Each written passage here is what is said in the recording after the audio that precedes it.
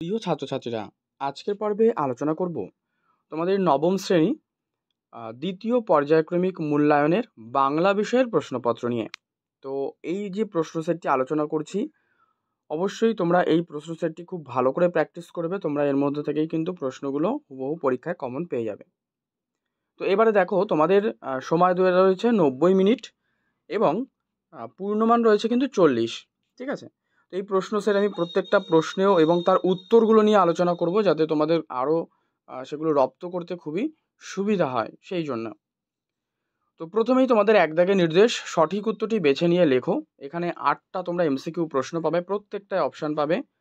তার পাশাপাশি তোমরা আগে চেষ্টা করো, দেখো যে এই প্রশ্ন সেটটি তোমরা উত্তর কতগুলো করতে পারছো। তো উত্তরগুলো আমি তো এখনই সাথে সাথে তোমাদের বলে দিচ্ছি, দেখে নাও। যে তোমাদের প্রথম যে এক দাগে প্রশ্ন রয়েছে, কামরাঙা লাল মেঘ তো কে কবি তুলনা করেছেন, অর্থাৎ এই যে কামরাঙা লাল মেঘ যেন মৃত মনিয়া পাখির মতো রয়েছে না লাইনটা, তো কামরাঙা লাল মেঘকে কবি কিসের সঙ্গে তুলনা করেছে?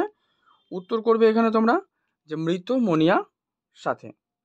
নেক্সট, কার দুরন্ত পিপাসা ফুরোয় না? উত্তর একগুয়ে ছেলেটির। আচ্ছা, এখানে আমি তোমাদের আরেকটা তথ্য দিয়ে দিই, যে এই যে প্রশ্নপত্রটি আলোচনা করছি, তোমাদের যদি প্রয়োজন হয় এই প্রশ্নপত্রটির ফ্রি পিডিএফ সংগ্রহ করার, তাহলে অবশ্যই তোমরা প্রত্যেকে কমেন্টে জানাবে। এবং এই ভিডিও ডেসক্রিপশন বক্সে দেখবে টেলিগ্রামের লিঙ্ক দেওয়া রয়েছে। তোমরা এই প্রশ্ন সেটটি উত্তর সহ সম্পূর্ণ ফ্রি পিডিএফ সংগ্রহ করে নিতে পারবে ওই টেলিগ্রাম থেকে। ঠিক আছে, আর এই ভিডিওর মধ্যে একটা পাসওয়ার্ড আমি দিয়ে দেবো, যেটি তোমরা ওই পাসওয়ার্ড দেখে পিডিএফটি সংগ্রহ করে নিতে পারবে। যাই হোক, প্রশ্ন উত্তরগুলো আলোচনা করছি। দেখো, 3 নম্বর বলা রয়েছে, শঙ্কর দর্শনের আলোচনার ভাষা হওয়া উচিত। তো কেমন হওয়া উচিত এটি? সংস্কৃত শব্দবহুল ভাষা। 4, স্বামীজি কাকে ধীরমাতা রূপে সম্বোধন করেছেন? উত্তর সারাবুল। তাহারা দরিদ্র কিন্তু লোভী নয়, এটা কিন্তু রাধারানী থেকে নেওয়া হয়েছে। আচ্ছা, তোমরা এখানে একটা কমেন্ট করো যে রাধারানী গল্পাংশের টি কার লেখা। ঠিক আছে, এই রাধারানী গল্পাংশটি কার লেখা? তো প্রশ্ন যে তাহারা দরিদ্র কিন্তু লোভী নয়, এই মন্তব্যটি কার? এটি হচ্ছে লেখকের। নেক্সট, মিশ্র বা শঙ্কর শব্দের উদাহরণ দাও ব্যাকরণ অংশ থেকে। উত্তর ধন দৌলত। এই দুই বিদেশি বস্তুর ন্যায়। তো এই যে পদটি, এটাও কিন্তু হবে সমীপ্যবাচক সর্বনাম, অপশন খ। জুতা, এই শব্দটি কি হবে? জুতা হবে বিদেশি শব্দ। ঠিক আছে, আর যদি তোমাদের এখানে ঝাঁটা দিয়ে দেয়, তাহলে এটা কিন্তু হবে দেশি শব্দ।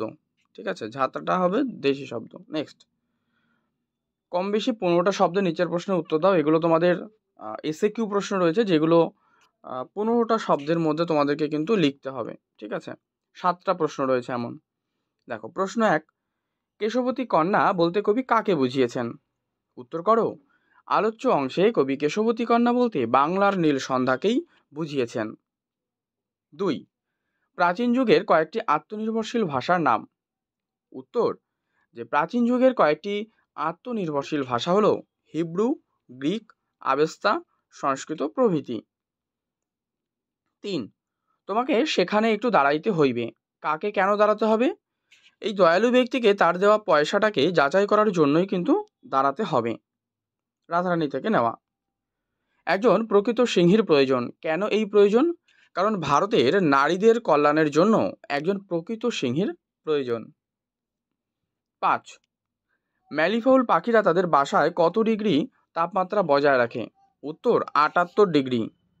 নেক্সট প্রশ্ন, অর্ধ তৎসম শব্দ কাকে বলে?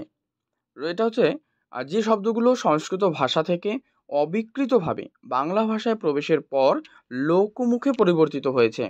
ঠিক আছে, তাকে কিন্তু অর্ধ তৎসম শব্দ বলা হয়। ওকে, নেক্সট, যোগরূঢ় শব্দ কাকে বলে? যে সমস্ত সমাস নিষ্পন্ন শব্দ তার সমস্যমান পদগুলোর অনুগামী না হয়ে অন্য কোনো অর্থ প্রকাশ করে, তাকে যোগরূঢ় শব্দ বলা হয়। এবার 3 মার্কসের প্রশ্ন পাবো কবিতা থেকে। বলা রয়েছে, নিচের যে কোনো একটি প্রশ্নের কম বেশি 60টি শব্দের মধ্যে উত্তর দাও। এখানে 3। আচ্ছা দেখো, তোমাদের এই পর্বটি ভালো লাগলে লাইক করে দিও, শেয়ার করে দিও বন্ধুদের মধ্যে, তাহলে কিন্তু তারাও উপকৃত হবে। এবং তোমাদের জন্য প্রতিনিয়ত এইভাবে কিন্তু প্রশ্নপত্রগুলো আমি আলোচনা করব, যতগুলো সেট রয়েছে। ঠিক আছে, তোমরা তার জন্য অবশ্যই চ্যানেলে নতুন হয়ে থাকলে চ্যানেলটি সাবস্ক্রাইব করে রাখো কিন্তু। আর পর্বটা তোমার অনেক অনেক বন্ধুদের মধ্যে শেয়ার করে দাও, তারাও খুব উপকৃত হবে। তো 3 দাগে 3 মার্কসের প্রশ্ন কি রয়েছে, যে কামরাঙা লাল মেঘ যেন মৃত মণিয়ার মতো গঙ্গাসাগরের ঢেউয়ে ডুবে গেছে। তো এই যে পংক্তি, অর্থাৎ এই যে লাইনটার মধ্যে দিয়ে কবি কি বোঝাতে চাইছেন? কবি এখানে বোঝাতে চাইছেন যে দেখো, জীবনানন্দ দাশের রচিত আকাশে 7টি তারা কবিতাটি রূপসী বাংলা কাব্যগ্রন্থ থেকে নেওয়া হয়েছে। এই পার্টটা তোমরা লিখবে। এবার প্যারা চেঞ্জ করে লিখবে যে আলোচ্য অংশে কবি বাংলার বুকে দিন শেষ হয়ে ধীরে ধীরে সন্ধ্যার নেমে আসার এক অপূর্ব বর্ণনা দিয়েছেন। সূর্য অস্ত যাওয়ার পর তার শেষ আভাটুকু রাঙিয়ে দেয় আকাশের মেঘকে।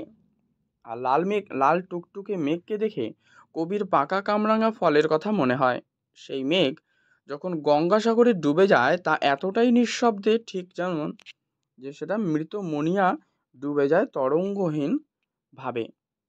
2, হারায় না তার বাগান থেকে কুন্দ ফুলের হাসি। এই উদ্ধৃতির মধ্যে নিহিত জীবন সত্যটি ব্যাখ্যা করো। লেখো, আলোচ্য উদ্ধৃতিটি কবি নীরেন্দ্রনাথ চক্রবর্তীর আবহমান কবিতা থেকে গৃহীত। কবি কি বলেছেন যে কিছু ক্ষেত্রে জীবন ও জীবিকার স্বার্থে, কিছু ক্ষেত্রে বিত্ত ও বৈভবের লোভে গ্রামের কিছু মানুষ নগরমুখী হয়। নগর জীবনে ক্লান্তি ও অবসাদ তার দুঃখ, যন্ত্রণা, কষ্টর কারণ হয়ে দাঁড়ায়।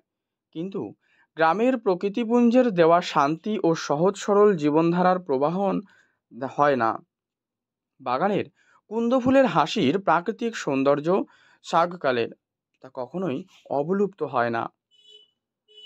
নেক্সট 4 দাগ, নিচের যে কোনো একটি প্রশ্নের কম বেশি 60টি শব্দের উত্তর দাও। এবার গল্পাংশ থেকে পাবো 3 মার্কসের প্রশ্ন, দুটোর মধ্যে একটা করতে হবে। প্রশ্ন কি কি? 1 নম্বর তো রয়েছে, অগত্যা রাধারানী কাঁদিতে কাঁদিতে ফিরিল। তো এই রাধারানীর কেঁদে কেঁদে ফেরার কারণ কি? দেখো, সাহিত্য সম্রাট বঙ্কিমচন্দ্র চট্টোপাধ্যায় রচিত রাধারানী, এটা একসাথে হবে, আলাদা হয়ে গেছে। রাধারানী গল্প অংশটি রাধারানী উপন্যাস থেকে নেওয়া হয়েছে। আলোচ্য অংশে রাধারানী বনফুলের মালা গেঁথে রথের মেলায় গিয়েছিল তা বিক্রি করে তার মায়ের জন্য পথ্য সংগ্রহ করতে। এই যে পথ্য অর্থাৎ কি? ওষুধ। কিন্তু রথ অর্ধেক টানা হওয়ার পরেই প্রবল বৃষ্টিতে মেলা ভেঙে যায়। আর রাধারানী তবুও মেলায় ভিড় আরও জমবে এবং তার আরও মালা বিক্রি হবে এই আশায় বৃষ্টিতে কিন্তু ভিজতে থাকে। কিন্তু রাত হওয়ার পরেও বৃষ্টি না থামায় তার আশা কিন্তু ভেঙে যায়। মালা বিক্রি না হওয়ায় রাধারানী অন্ধকারে কাঁদতে কাঁদতে বাড়ির পথ ধরে। 4-এর 2, এটাও 3 মার্কসের।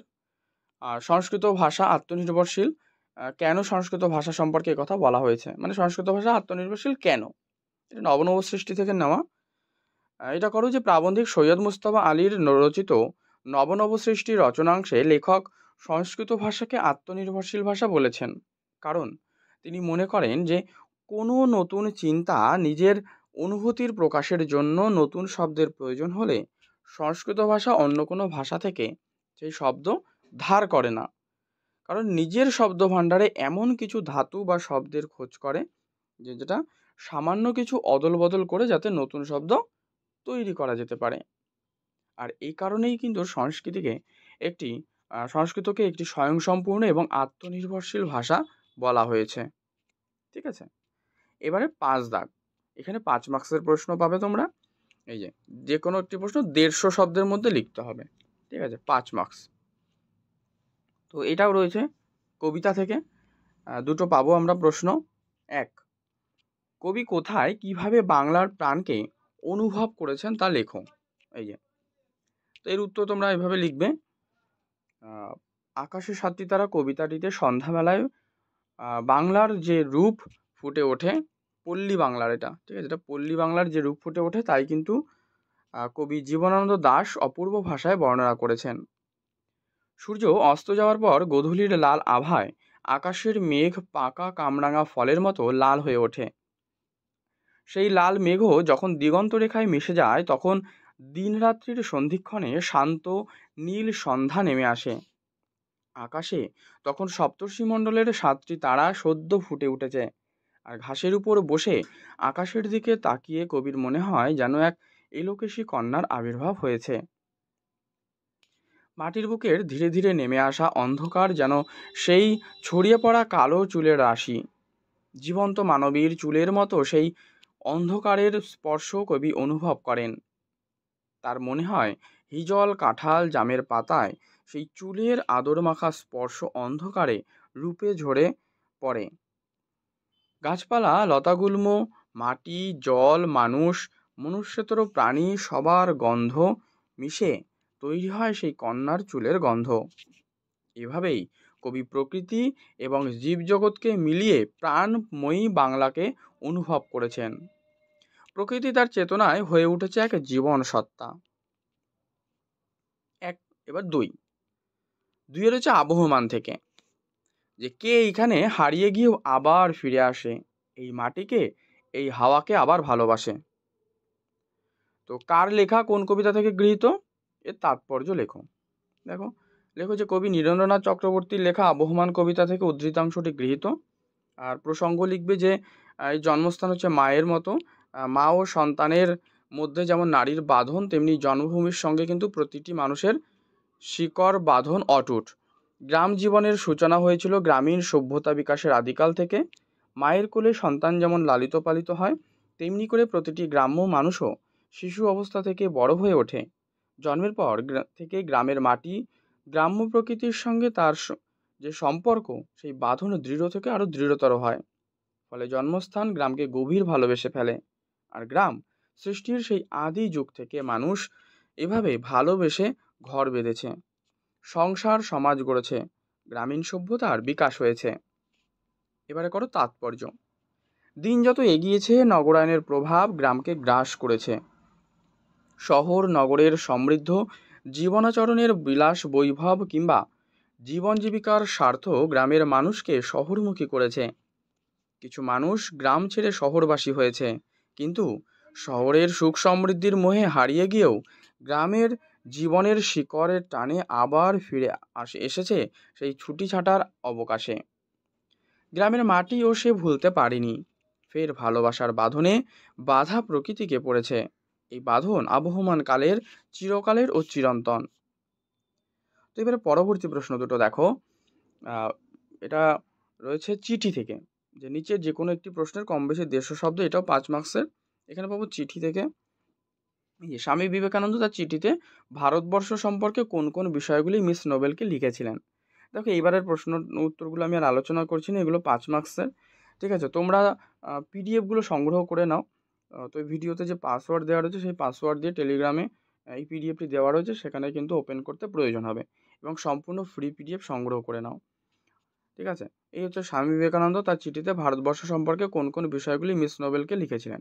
এই যে উত্তরটা তোমরা এখান থেকে দেখে নাও, বা এখান থেকেও তোমরা কিন্তু চাইলে লিখে নিতে পারো।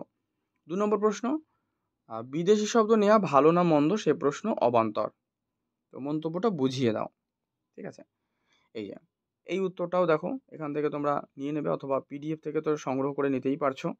7 দাগে রয়েছে করভাস থেকে, যেটা প্রফেসর শঙ্কুর বইটার মধ্যে রয়েছে। এখান থেকে তোমাদের 4 মার্কসের প্রশ্ন আসে। ঠিক আছে, তো এটাও 150 শব্দে লিখতে হয়। 1 নম্বর প্রশ্ন দেখো, যে খাঁচা সমেত করভাস উধাও। করভাস কিভাবে উধাও হয়ে গিয়েছিল, এই প্রশ্নটি। ঠিক আছে, তোমরা এখান থেকে দেখো। আর 2 নম্বর প্রশ্ন কি রয়েছে, তার সঙ্গে বেরিয়েছে পেন্সিল মুখে করভাসের ছবি। তো কোথায় করভাসের ছবি বেরিয়েছিল আর এর কারণ কি? ঠিক আছে, এই দুটোর মধ্যে যে কোনো একটা প্রশ্নের উত্তর করতে হবে, মার্কস কিন্তু 4। তো এই প্রশ্নের উত্তরটি দেখে নাও এখান থেকে তোমরা। এভাবে তোমরা কিন্তু লিখবে প্যারা চেঞ্জ করে করে। আর 8 দাগে থাকবে তোমাদের ভাবার্থ আর সারাংশ। এই যে নির্দেশ অনুযায়ী যে কোনো একটি প্রশ্নের উত্তর দাও, 5 মার্কস। ঠিক আছে, দুটো দেওয়া রয়েছে, দেখো, একটা রয়েছে ভাবার্থ, এই অংশ, এই যে প্রশ্নটা দেওয়া রয়েছে, আর 2 রয়েছে দেখো সারাংশ, এই যে। ঠিক আছে, তো এই হচ্ছে তোমাদের সম্পূর্ণ আমি প্রশ্নপত্রটি আলোচনা করলাম। অবশ্যই তোমরা ভালো করে প্র্যাকটিস করো, এখান থেকে কিন্তু কমন পেয়ে যেতে পারো। এটা একটা নমুনা প্রশ্নপত্র হিসেবে তোমরা প্র্যাকটিস করো। আর পর্বটি ভালো লাগলে লাইক করো, শেয়ার করো অনেক অনেক বন্ধুদের মধ্যে, তাহলে তারাও উপকৃত হবে। চ্যানেলে নতুন হলে অবশ্যই সাবস্ক্রাইব করে রেখো। আর তার পাশাপাশি দেখো, সাবস্ক্রাইব অপশানের পাশে জয়েন বাটন রয়েছে, তোমরা চাইলে প্রত্যেকে কিন্তু জয়েন হয়ে যেতে পারো। সেখানে তোমাদের জন্য আরও ইম্পর্টেন্ট তথ্যগুলো কিন্তু দেওয়া হবে। আর এই যে প্রশ্নপত্রটি আলোচনা করলাম এর সম্পূর্ণ ফ্রি পিডিএফ তোমরা টেলিগ্রাম থেকে সংগ্রহ করে নাও। টেলিগ্রামের লিঙ্ক এই ভিডিও ডেসক্রিপশন বক্সে দেওয়া রয়েছে।